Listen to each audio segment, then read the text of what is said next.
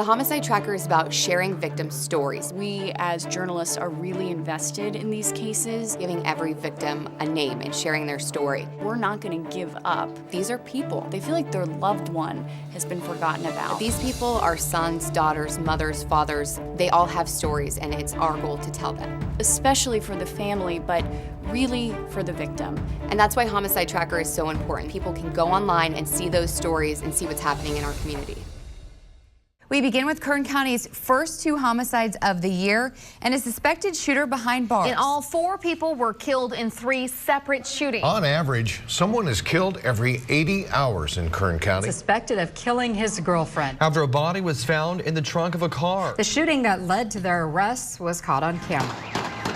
A man has died after being shot last week in Wasco, and still no arrests have been made. For the second year in a row, we're on track to have the deadliest year on record Here in Kern County. 2 shootings just a block apart. According to our KGET Homicide Tracker, this area, the 93307 zip code, is one of the deadliest areas in our county. Late-night shooting in central Bakersfield. Within the last 24 hours, 3 lives taken in 3 separate homicides. And 45 homicides. Kern County is up to 54 homicides this year. It's a new normal. Halfway through 2018, Kern County has seen 55 homicides. By our count, there have now been 97 homicides in Kern County this year. By our count, there have been at least 110 homicides so far this year, making it the deadliest year on record. Oh my God, my sister's here! 2018 was the deadliest year in Kern, with at least 111 people shot, beaten, or strangled to death.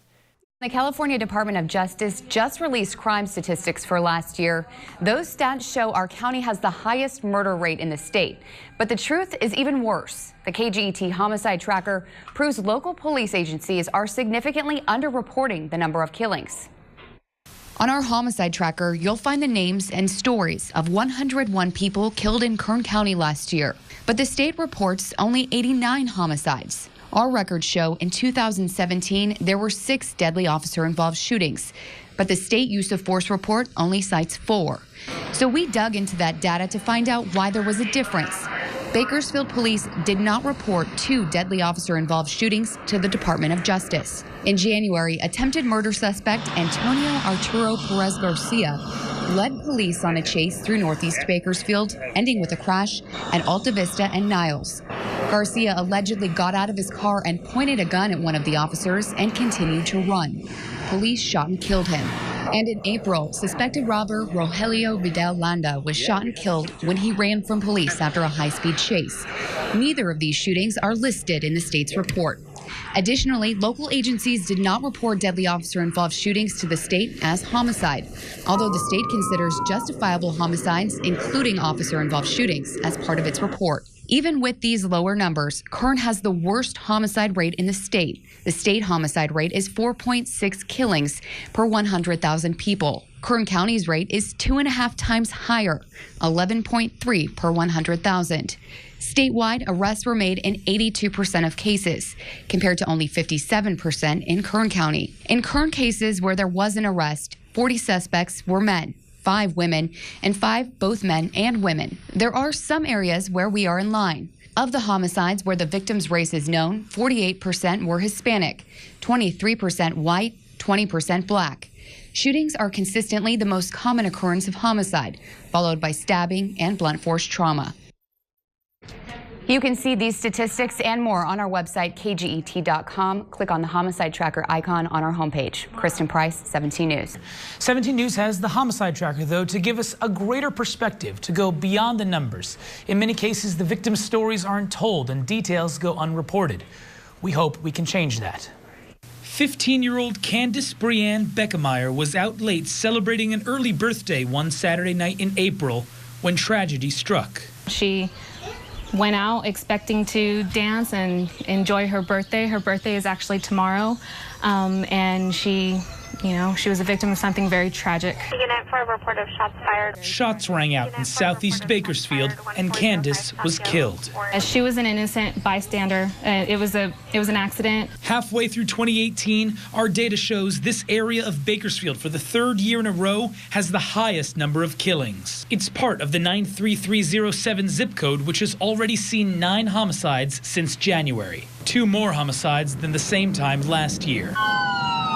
Of the 55 homicides so far in 2018, more than 2/3 of the victims have been Hispanic. 14 more Hispanic deaths than the same time last year. And more than half of those Hispanic victims were under the age of 30, like 19-year-old Casey Villegas, stabbed to death in February outside the Fox Theater. Oh my God, my sister's here! Oh my God. 4 people were arrested on murder charges and accused of participating in a gang. In killings where a motive is known, only 8 have been determined to be gang-related so far. That's 3 more than this time last year, while 5 homicides have been related to family, domestic, or child abuse, like 24-year-old Allison Muniz, allegedly shot by her boyfriend. I figured, oh, he punched her. He sucker punched her really hard. I got closer and no. I wish he would have sucker punched her, but there was blood all over the place. Or the high-profile case of 2-year-old Ramon Angel Reyes Chavez, allegedly killed in late April by his mother and her boyfriend. My baby was just like a little innocent baby boy. He was so mad. Like, I don't understand how can someone do that to a little baby boy.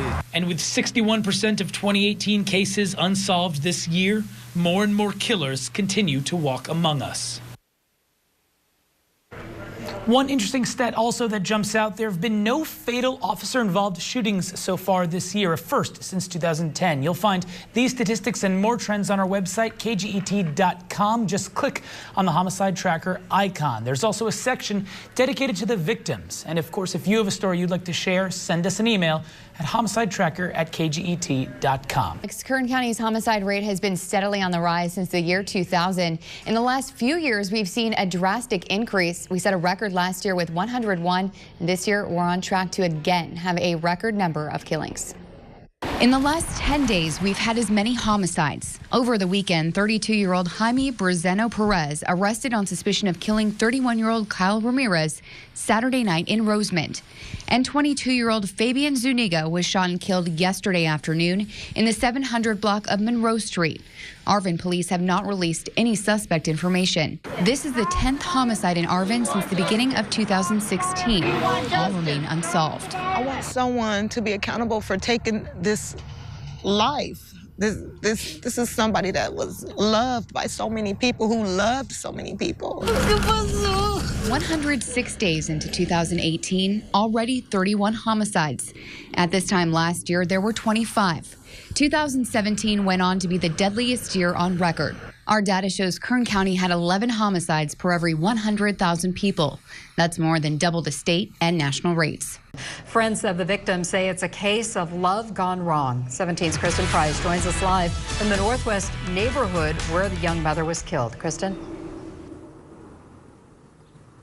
Tammy, domestic violence is an issue we continue to follow closely. Friends say all of the signs were there, but the young mother was blinded by love, and it ultimately cost her her life.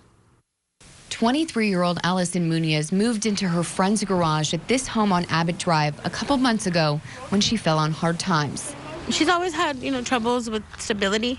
Blanca Ariano says Muniz was like a daughter to her. We became friends. We kind of like needed each other and kind of confided in each other for, us being moms and so forth. That motherly instinct told her Carlos Garcia Jr., or CJ as she calls him, wasn't a good guy. I didn't get a good vibe from him. Just a typical wannabe hoodlum. No job, no future, no nothing. I know he depended on her a lot for a lot of things, drugs, money, so forth. And I guess the love that she had for him, she didn't care. Ariano says Muniz's love was unconditional and unhealthy.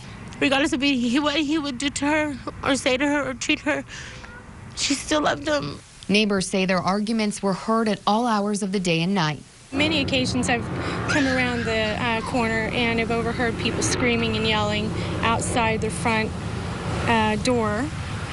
It just didn't seem stable. It all came to a head last night. Boom, I heard a boom, and it sounded like maybe like a crash or a fall, like a chair or something fall. Ariano came out of her room and saw Garcia run out the front door and Muniz lying on the kitchen floor in a pool of blood.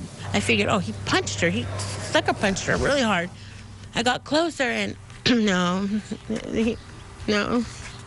I wish he would have sucker punched her, but there was blood all over the place. all over her head. I didn't see no injury to her head, but it was around her.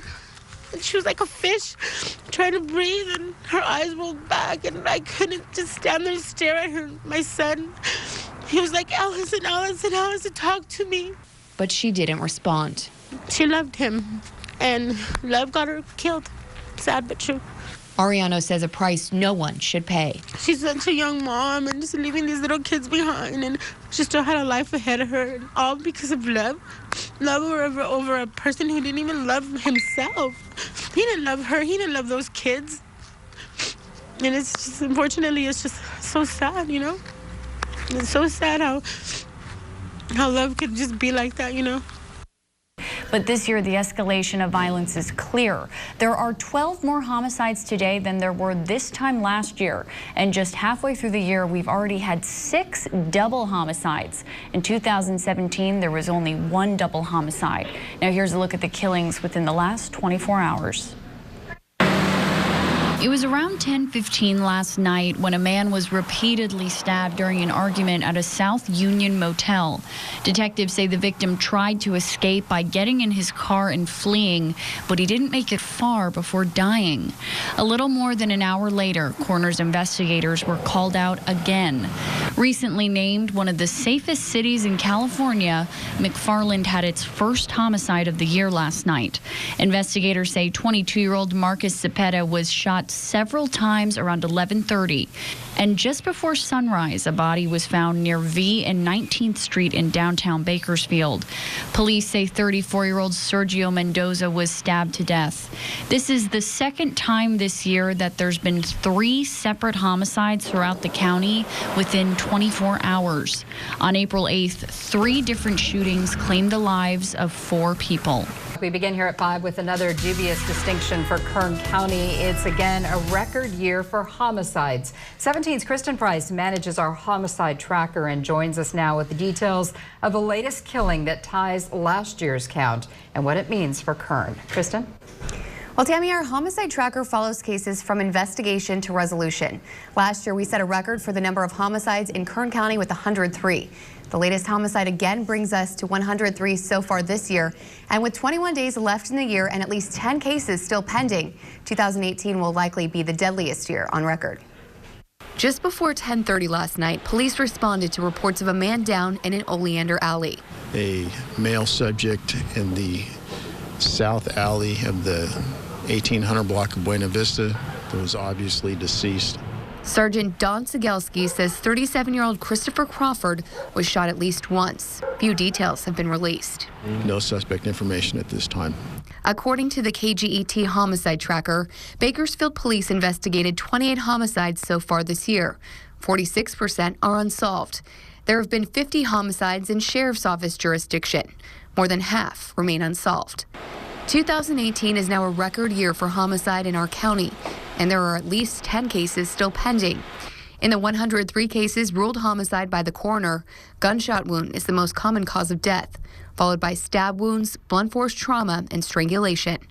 But the numbers don't tell the full story. Our homicide tracker is an online database that documents each investigation. It shows where the killings happened, why they happened, and most importantly, who the victims were.